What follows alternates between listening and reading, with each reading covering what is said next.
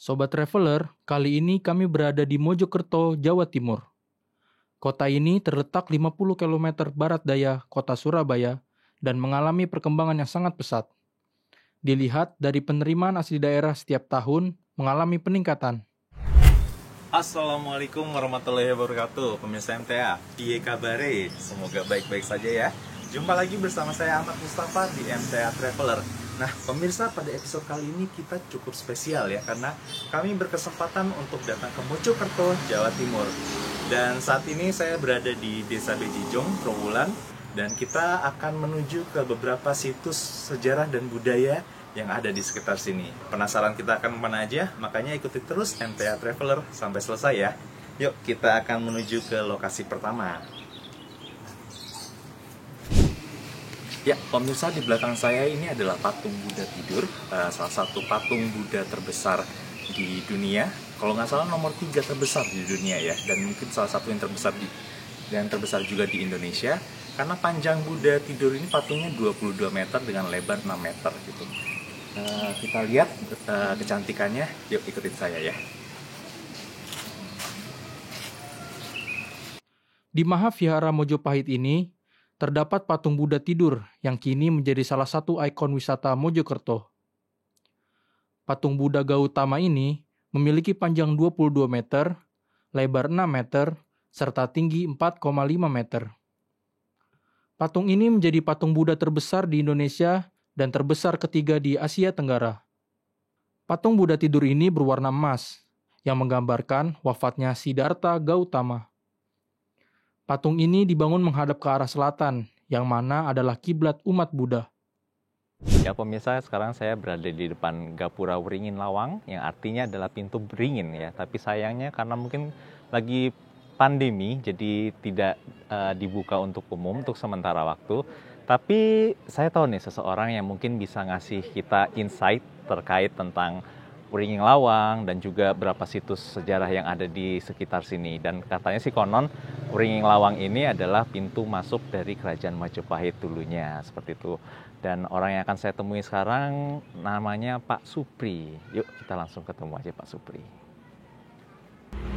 Ya.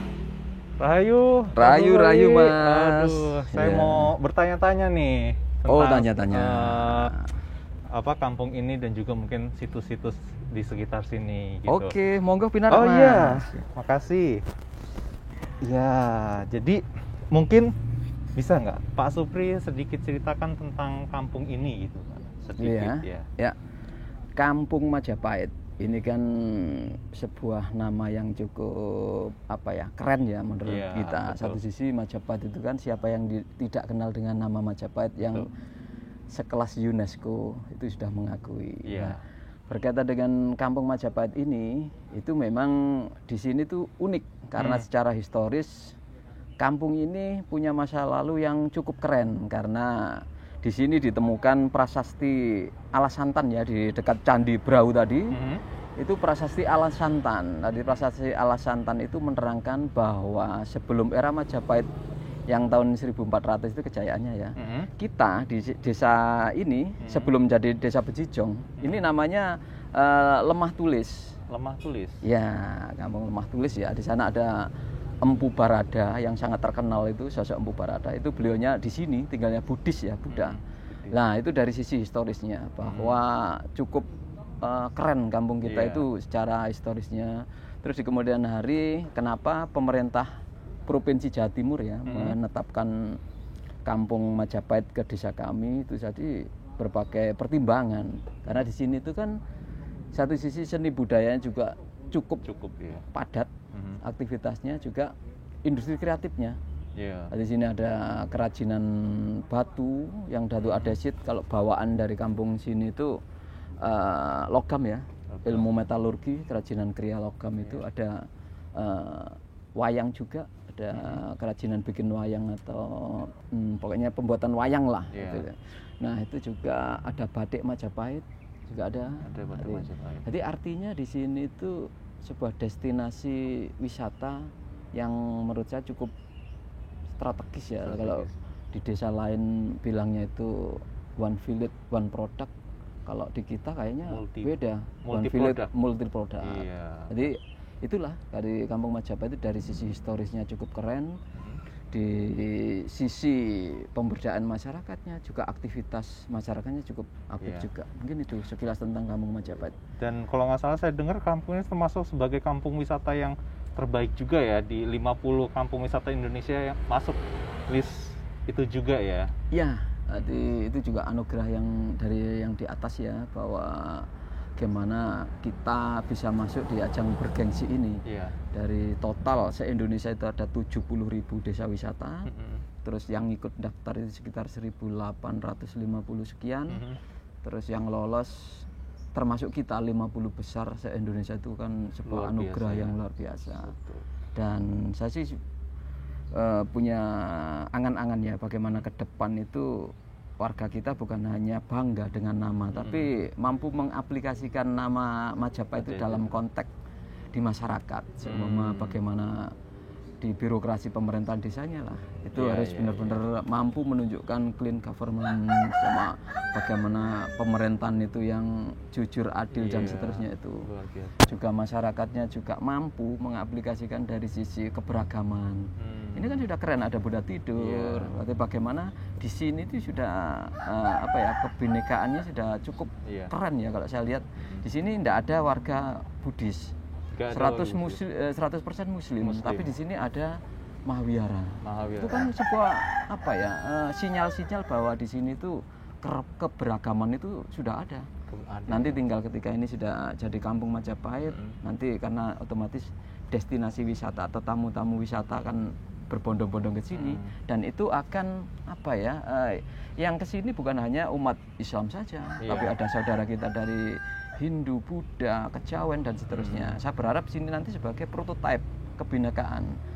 Artinya di sini nanti harus ada kayak tempat peribadatan umat kita Kristiani, umat yang lain Hindu, dan yang lain. Itu ya menurut kami itu sebagai itu tadi etalase kebinekaan. Saya berharap konsepnya Kampung Majapahit ke depan itu seperti itu.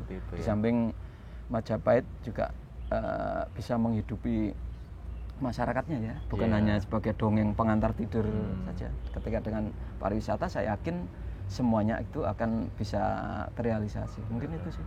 Dan tadi kebetulan Pak Supri ngomongnya juga soal Buddha tidur. Itu mungkin salah satu yang baru kali ya.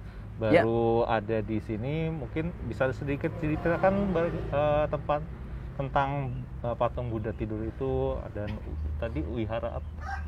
Wihara Majapahit ya. Ya, kalau saya amati Mahawihara itu kan kenapa ditempatkan di Bejijong? Ternyata kalau saya amati di setiap di agama itu kan ada semacam ahli-ahli spiritual tertentu itu ya, termasuk di Islam juga sama lah mana.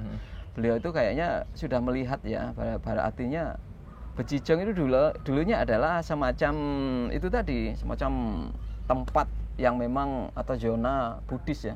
Seperti yang saya ceritakan tadi, di situ ada prasasti Alasantan, menerangkan memang itu. Jadi saya kira acuannya teman-teman Buddhis pada prasasti Alasantan, dan itu saya tepat sekali. Karena kenapa di Bejijong tempatnya? Karena secara historis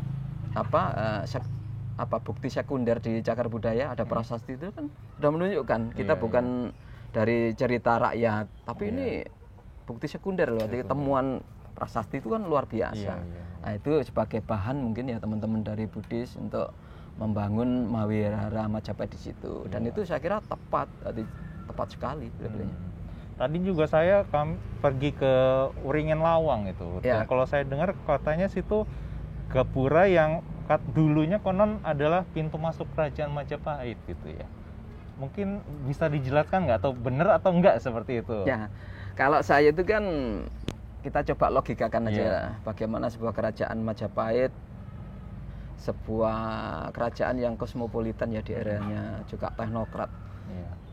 Sederhana, kalau itu gapura atau kalau saya pintu gerbang bukan ya. Jadi menurut saya itu pintu masuk ke sebuah zona yang memang privat ya, atau semua kerajaan atau puri atau apa. Soalnya logikanya kerajaan itu gerbang itu harus gede Mas, karena di situ kan ada lalu lalang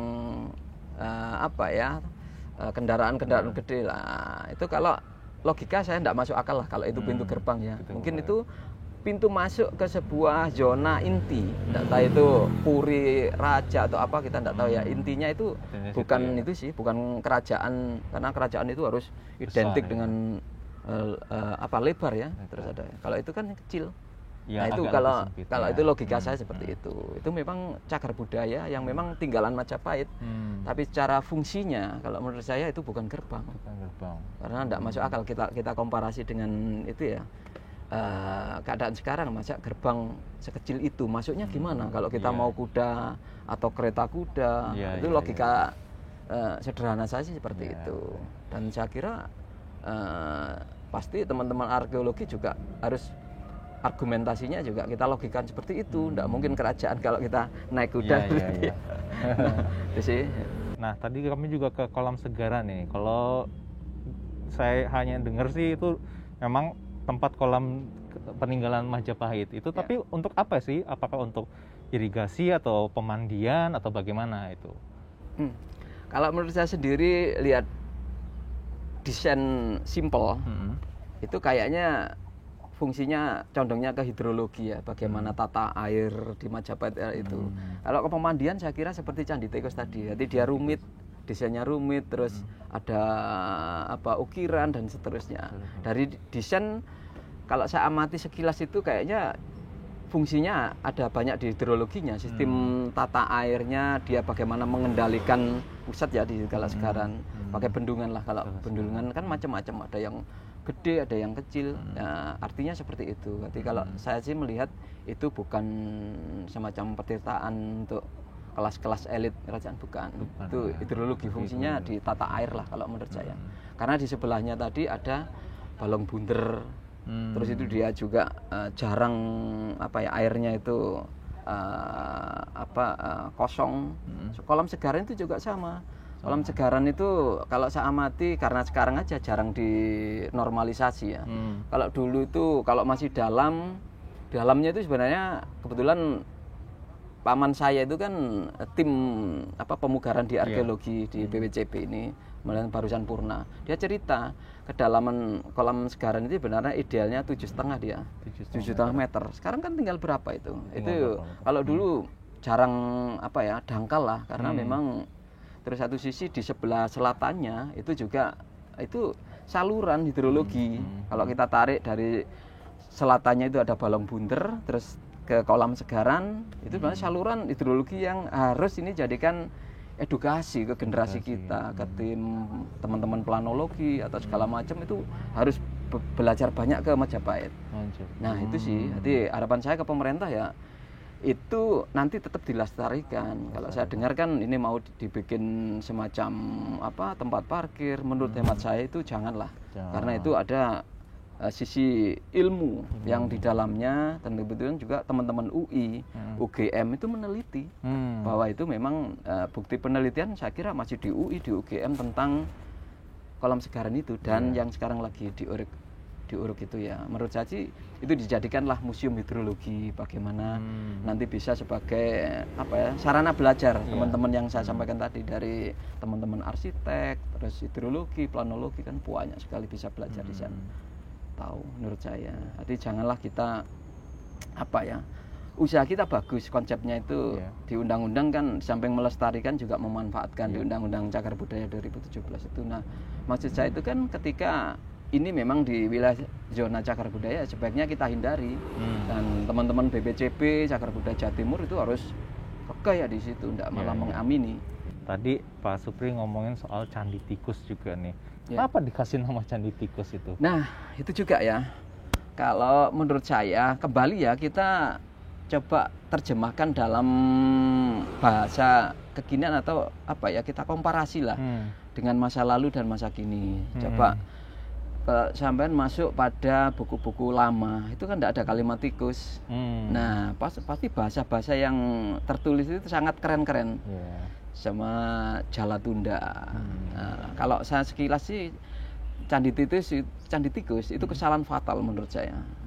Penamaan itu ya, karena mungkin saat itu ditemukan itu kebetulan saat itu karena di sawah, terus ada tikusnya karena habis panen, terus teman-teman tanpa kajian utuh, bikin aja nama dengan kejadian itu kan seharusnya teman-teman BPCP mengingatkan.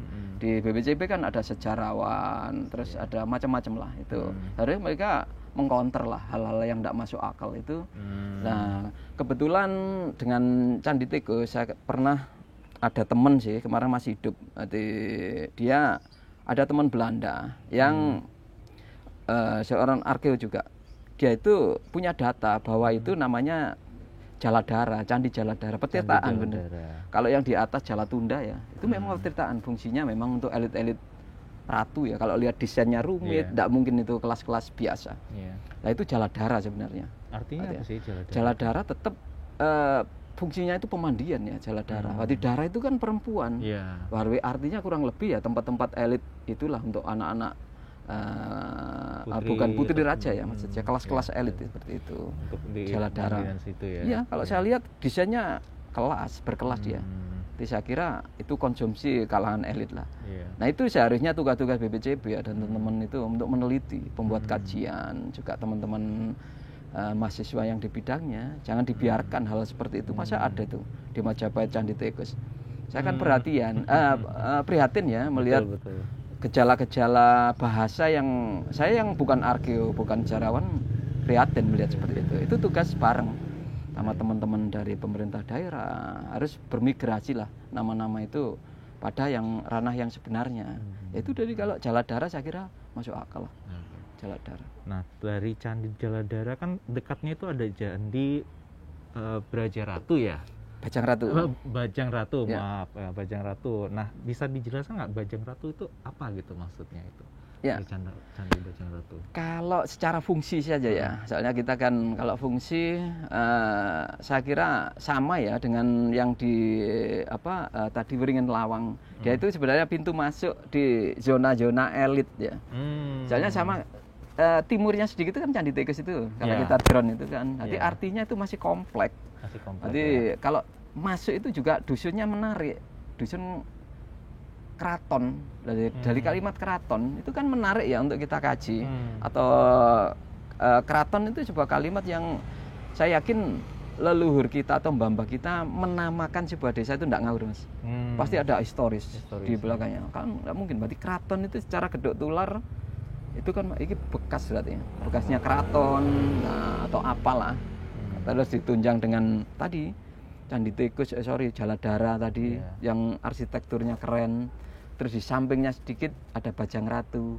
Itu kan itu pintu masuk ya menuju zona inti tadi. Saya kira itulah. Itu tadi lebih keren lagi ketika kita nanti bekerja sama dengan Lapan ya. Kalau di sini itu kan teman-teman penginderaan bawah tanah itu kan semakin hari makin zaman teknologi yang canggih ya, seperti tidak bisa kita USG. Kalau dulu masih hitam putih, sekarang kan sudah 3 dimensi itu. Saya yakin kalau di pemetaan penginderaan bawah tanah sudah ada itu. Teman-teman di bidang perminyakan itu kan pasti sebelum melihat gunung ini ada kandungan itu kan pasti penginderaan dulu.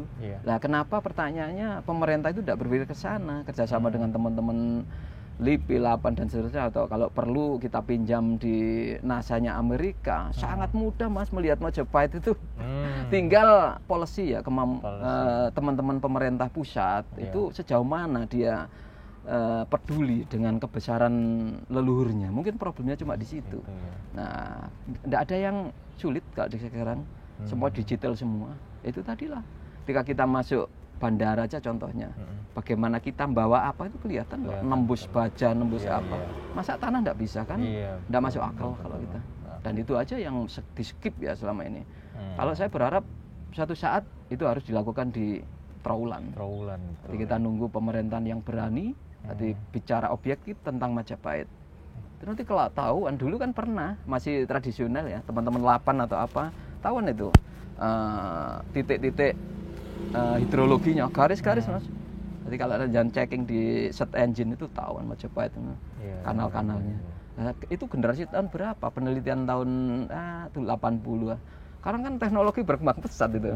Dari 8 dulu teknologinya seperti itu masih monokrom. Sekarang udah 3 dimensi lah di semua penginderaan. Itu sih kalau masukan saya ke pemerintah atau semua pihak yang peduli dengan Majapahit, datangkan aja teknologi dari Amerika, sewa lah. Sangat gampang menemukan titik ordinatnya kerajaan Majapahit. Itu sih. Iya. Satu lagi candi yang ingin saya tanyakan nih Pak, dekat di sini juga ya, Ya. Candi Brahu itu. Kalau fungsi Candi Brahu sendiri untuk apa sih? Ya, kalau fungsi Brahu menurut saya itu sebagai lambang kebinekaan ya. Jadi Brahu candi Buddhis ya. Saat itu karena bentuknya stupa. Kalau dulunya itu memang Buddhis, jadi tempat tentunya peribadatan menurut saya. Tidak tahu tuh ketika era setelah Majapahit runtuh itu dijadikan sebagai tempat ngaben atau apa kita tidak tahu. Tapi kalau secara fungsi, kalau saya lihat itu peribadatan itu Mas. Peribadatan. Iya, karena bukti bahwa Majapahit itu sangat toleran ya. Itu kan Buddhis. Dengan di Majapahit ada Hindu, Buddha, Siwa.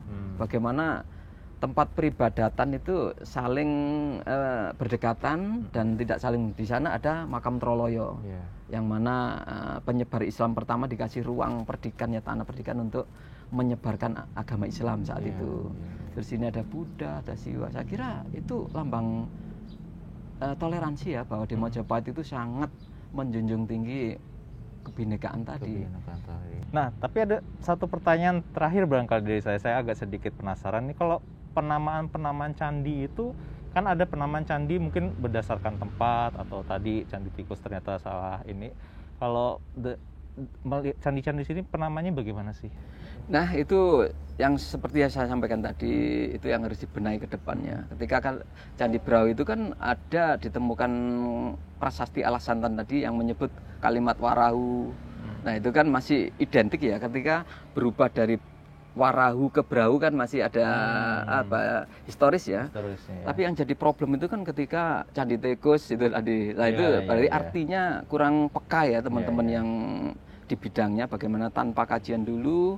Kalau idealnya sih ketika ditemukan candi itu harus kajian lah, cari bukti-bukti yang memang itu tadi, bukti sekunder atau apalah. Saya kira teman-teman di BPCP lebih ahlinya lah Mas. Jadi kalau menurut saya sih, kalau ke depan ditemukan candi janganlah penyebutan nama desa, harus di skip dulu. Mungkin sementara masih nonim dulu, sambil kajian terus dimasifkan.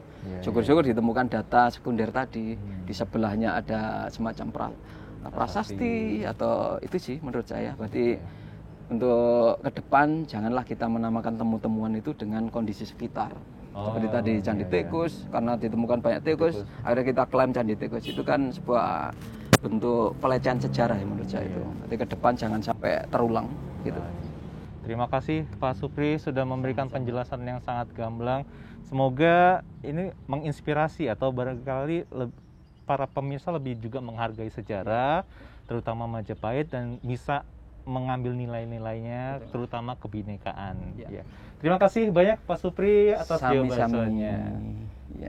Ya pemirsa, tadi kita udah berkeliling di Kampung Majapahit ini, juga sudah melihat beberapa objek wisata, dan udah ngobrol-ngobrol juga dengan Mas Supri. Sekarang saya kebetulan akan diundang nih untuk makan bersama, diundang makan oleh Bu Slamet, salah satu warga di sini dan juga salah satu pemilik homestay. Kira-kira apa ya yang akan saya cicipi? Langsung aja yuk kita masuk ke rumah Ibu Slamet.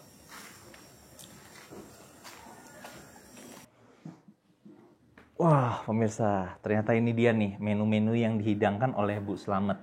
Di sini ada kayaknya sih ayam kampung ya, ayam kampung terus diungkep mungkin pakai laos dan digoreng gitu. Lalu sini juga ada pecelnya. Ada pecelnya, ada toge, sayuran, terus ini pasti bumbu pecelnya juga ini. Bumbunya bumbu kacang dan ada rempeyeknya.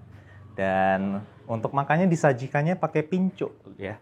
Kalau dulu sih pincuknya itu cuman daunnya aja, daunnya dilipat seperti ini ya pemirsa ya. Terus tapi sekarang sudah ada anyaman, jadi lebih enak dipegangnya sebagai piring, pengganti piring.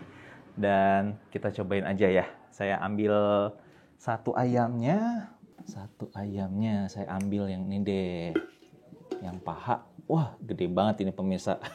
Saya nggak tahu nih bisa ngabisin atau enggak ini ya. Terus ada nasinya juga.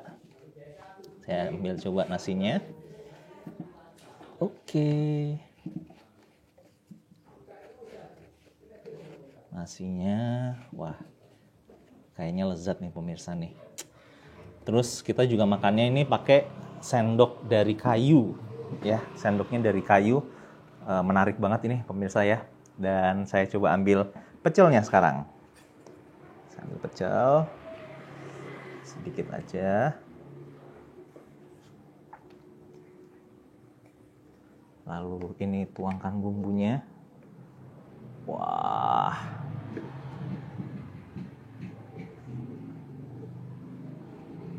Terus ada rempeyeknya. Kita cobain dulu rempeyeknya ya. Sekarang saya coba mau ayamnya nih pemirsa ya. Saya pakai tangan aja ya, karena kalau pakai sendok kayu kayaknya susah. Saya coba ambil pakai tangan. Besar ini, beda dengan misalnya ayam-ayam di kota yang ukurannya kecil gitu ya. Kita coba ayamnya. Enak banget ya pemirsa. Oke pemirsa, selamat makan ya. Saya mau cicipi dulu semuanya nih. Ya pemirsa, itu dia tadi jalan-jalan kita di sekitar kawasan Trowulan. Walaupun karena kondisi ya, karena pandemi kita tidak bisa langsung masuk ke kawasan tersebut. Tapi ternyata kita banyak dapat insight nih tadi dari Pak Supri juga ya. Lalu tadi setelah bertemu beliau kita makan-makan juga, dan sekarang saya udah kenyang nih. Jadi kita akhiri saja episode MTA Traveler pada episode kali ini. Saya Ahmad Mustafa beserta kru yang bertugas undur diri terlebih dahulu. Assalamualaikum warahmatullahi wabarakatuh.